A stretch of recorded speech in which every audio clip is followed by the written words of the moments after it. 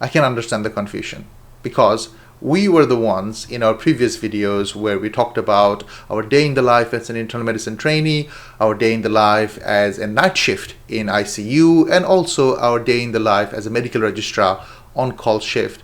We have repeatedly told you that an on-call shift in the NHS is a maximum of 13 hours at a stretch. Then where is this 48-hour on-call coming from? Let's dive in.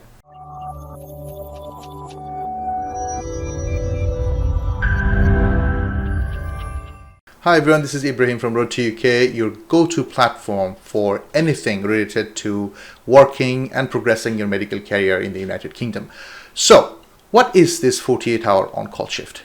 To be honest, I think the idea of working hours is very limited among international medical graduates, because so many people commented on the post that I made on my social media, and everybody thought that I will be staying in hospital for 48-hour shift, because it's a very likely thing in many other countries that the on-call shifts are very long.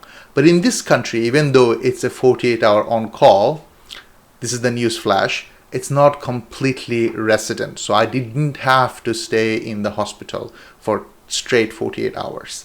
Now going back to the term hospital. So in the NHS, there are different types of establishment that you might get a job in. And generally when I say hospital, people assume that it's a acute hospital. So let me explain what I mean by that. So in the NHS, there are different organizations that provides healthcare to the patients at different levels, right? So obviously we know the hospitals, which are big hospitals, where there's an emergency department, there's a medicine ward, there are different wards, there are different theaters, outpatient clinic, of specialty clinics, and etc., etc. So those are acute hospitals because you go there when you're acutely unwell. And from there are several areas that you can be discharged in. So obviously everybody wants, everybody including the patient and the doctors wants the patient to get better so that they can directly go back to their home. But that sometimes does not happen because people with multiple comorbidities, especially in geriatric population, that they cannot directly go back to their home without having proper rehabilitation or proper support. And this is where a community hospital comes into play. A community hospital are smaller hospitals. They have many community hospitals across the United Kingdom, more than the acute hospitals, I would assume. And these community hospitals are smaller caliber hospitals. They're mainly focused on rehabilitation. So this rehabilitation can be of various sorts. Like in the community hospital that I worked, there's a huge center for neuro-rehabilitation as well. The people who are coming after stroke or traumatic brain injuries requires lots of physiotherapies and getting used to their new way of life, and then becoming able to be transferred to their home environment. So that sort of rehabilitation, or sometimes it's not something permanent, rather they were quite deconditioned in their hospital setting, and now they want a bit of more physiotherapy and also waiting for occupational therapists to get things sorted out at their home place. Or this waiting period, they don't require to be looked after in an acute setting. So that's how they wait and recuperate in the community hospital. So this is where I had my 48-hour on-call shift.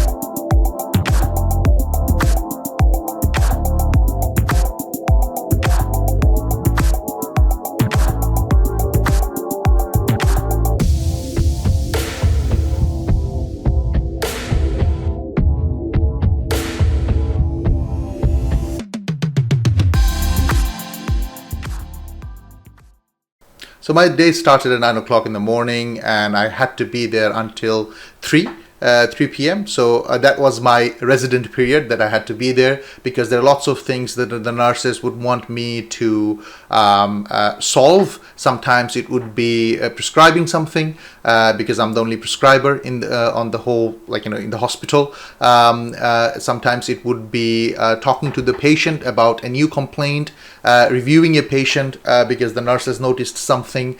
It could be discussing with the family members that came to visit about their any questions or queries and everything.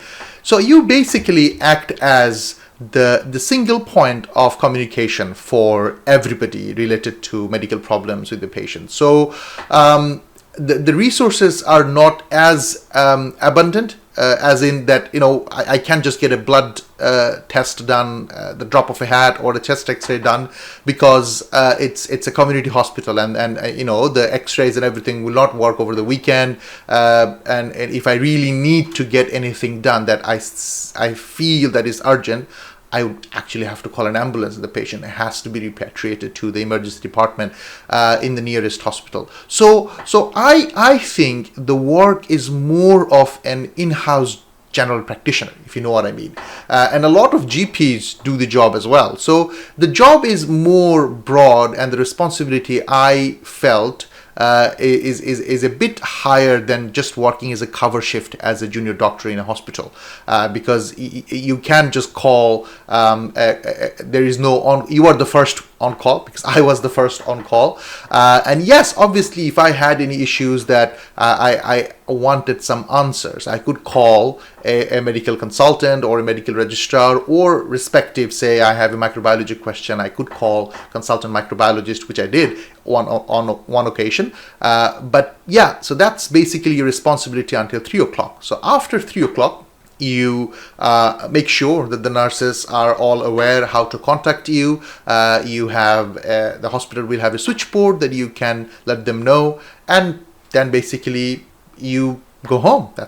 That's what I did, and you are on call as a non-resident capacity. So anything that happens during that you are not there, you can triage over the phone and decide whether you want to come to see the patient, or whether you can deal with the problem over the phone. Something that you can ask the nurses to do. You can ask the nurses to do an ECG for you, and then send the ECG over your secured NHS email. So in that way, you can do some of the basic things over the phone and basically treat the patient. Even if your hospital has electronic prescribing, you can take a laptop with you at home, so that you can access the electronic prescribing from the laptop, or you can access the blood test results or entire medical record. So in this community hospital that I worked in, the whole medical record system was computerized. So all the notes the patient has is basically updated in the server. So I could actually access them from anywhere if I needed to know about this patient, what happened, when did the patient come, and everything. I didn't have to go and file through physical notes, because everything was online. So this was basically the whole job description of this. To be honest, if it's not clear already, I quite enjoyed it. It's a very different sort of feeling, because you get to have that